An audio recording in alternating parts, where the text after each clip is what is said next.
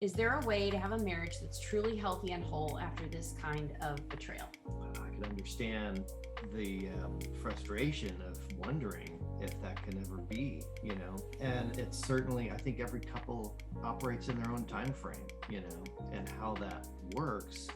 I do think, as long as the husband is not acting out anymore, as long as he's in full recovery and he's moving and healing and doing everything that he needs to do, then it can certainly grow and get better, but it definitely takes time. Things still come up. I think you learn how to deal with it and how to handle it. And on the flip side, I have seen so many couples also say that their marriage was so much better. Wouldn't wish the trauma that they have to go through on anyone, of course, but the amount of depth and vulnerability that can be established on the heels of this kind of thing, it can propel a marriage to be deeper than most marriages are out there, because of the things that they have to discuss, the depth that they have to go. So it's kind of, I think there's kind of a trade-off in some ways of, there is this thing that may still be hanging out there for many years, yet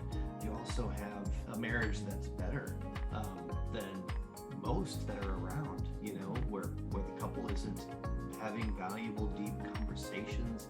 He's not talking about his feelings, I think that's all too common these days. So yes, healthy and whole, yet certainly still some challenges and pain. I would add, as I think about the women I know who've been long time in recovery, especially our facilitators who are still married, I don't see what this person's describing in them, where they still get choked up and triggered years and decades later, or are leaving events.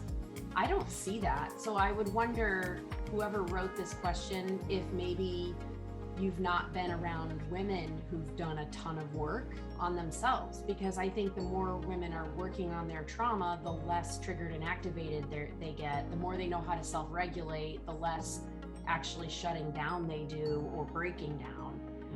So this has not been my experience to see that decades later, they're still constantly triggered. Maybe around anniversary, they get activated for several years, but not just a constant flow.